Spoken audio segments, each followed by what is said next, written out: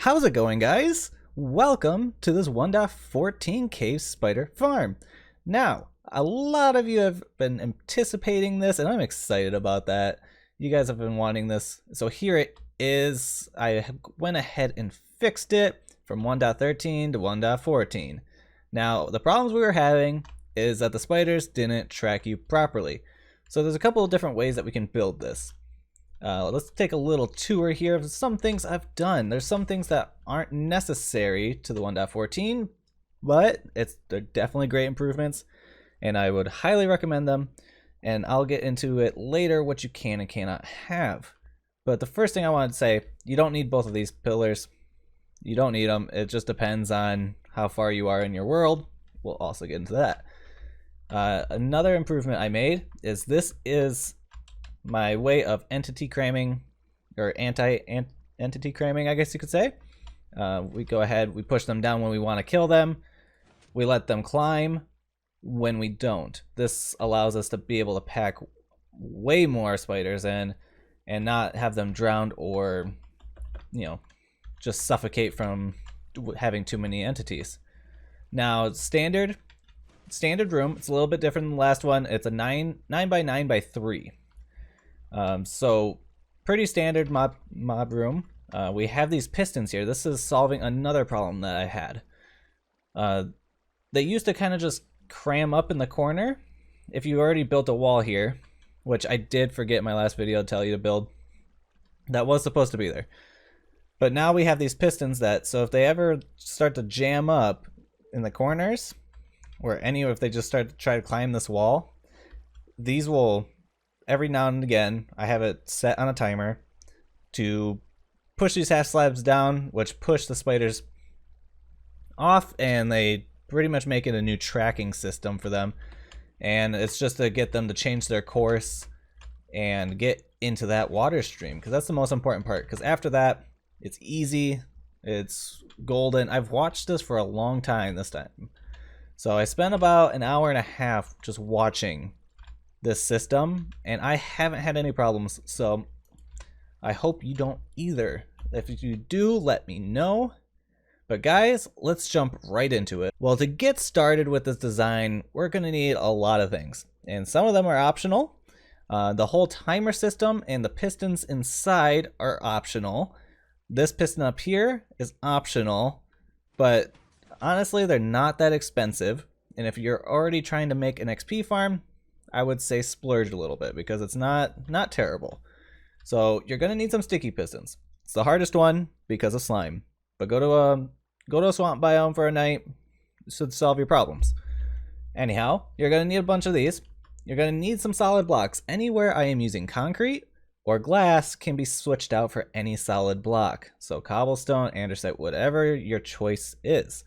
If you're looking for cheap, if you're looking for luxury, that's on you. Next up, we're going to need some slabs, 9 of them to be exact. We're going to need some iron bars, some A sign, or more, depends. We'll get into that.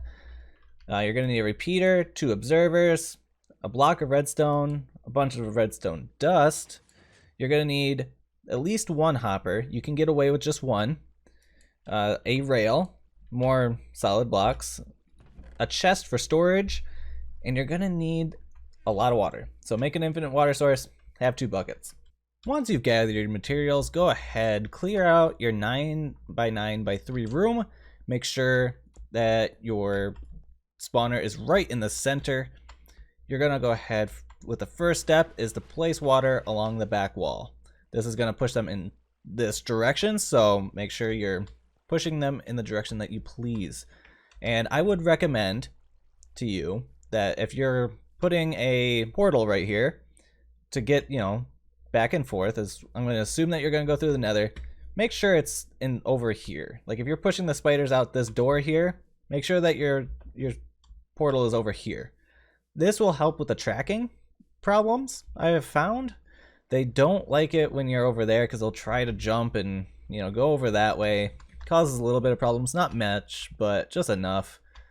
Go ahead and break out right where this water stream ends and replace that with iron bars. This will give us Just that extra little half block, so when they're being pushed, they'll fall over easier. With spiders, they try to fight the water streams, but they're so small that you can just push them over using this method. Go ahead, break this out. I'm not gonna worry about, my floor too much, just for the sake of time. Go ahead, break out this block here. Go ahead, place one behind, and you're gonna want a water bucket. There. Go ahead, place a floor in if you don't have one. Gonna do the same thing on this side, just like so. You should be being pushed right into the perfect center if you've done it right. Go ahead, release yourself in out, and there you go. This is the nice funneling system we got. Go ahead, place a bunch of solid blocks on this top layer. Underneath is where we're gonna want our sticky pistons. So go ahead, get those placed in. And following that, go ahead and place your slabs underneath. So now your room should look like this, or at least something similar. Make sure that you place a block on top of your spawner. This will prevent any spawns from happening on top and ruining your mob count. So go ahead, come on out. We are done inside for now, at least. Or actually, that's all done. So now you're left with this. So your spider's being pushed out here. Go ahead, place a block there and there. They're going to be coming out the bottom. So this is the water stream we need to continue, right? So let's go ahead, grab some soul sand. Actually, I did not mention it. You do need a piece of soul sand. Sorry about that. So go ahead, place that right underneath. So as it comes out, one down, there's your soul sand. You're going to come around, solid block. We can actually just build this out a little bit. You're going to place a sign here, build up a little higher, and this is where you're going to put another water source. So just like so, solid blocks coming out. I'm going to do just a few. So over there, you can see that it comes up, and then I go 1, 2, 3, 4 blocks. And anything, you can do 3, but I wouldn't go 2. I would at least go to this third block. You start getting problems with the spiders fighting the water stream and going back inside. Why? Not 100%, I couldn't tell you. But 3 or 4 works just perfectly. So go ahead, just like this, cover this back up to 1, 2, and 3. Leave that block open, because this is where they're going to sit and crawl up. So this is where we want them. Go ahead, take another sticky piston. We're actually going to go up a little bit higher. So just like so. So you have your 2 iron bars here. You're going to have a third block. Place that with another solid block. This is just going to push them down, condense them when you want to take a good slash at them. Make sure that you encase this area. So just like so. That way they cannot escape. And this is where you need to be. And this is where you have another choice to make. Now, do you have a regular sword, no enchantments, nothing great? Or do you have a really good sword, Bane of Arthropods, and Sweeping Edge at least? If you have those 2, you're golden to do this. Now, the reason I say so is because if you have a regular sword and you don't have good enchantments on it, come in from the side, right? Because if we go ahead, I'll show you the example. If you're just stabbing at them with a regular sword, you're only going to hit a few at a time. And if you were over here, it's going to knock them back, and then it's going to take them time to come forward again. But on the other hand, if you have a nice sword, come in from this side, straight on. Because you really just have to hit them once, and they're dead. So you don't have to worry about them shooting back and then waiting for them to be pushed by the water stream again. Now, the only reason I have you change directions here is because of that pathfinding again, of trying to get to the player. You want them to come in that straight line, so you being dead center of their path will help you in the long run. Now, it's again not a perfect science here, but that is one of the ways I've decided to fix this farm.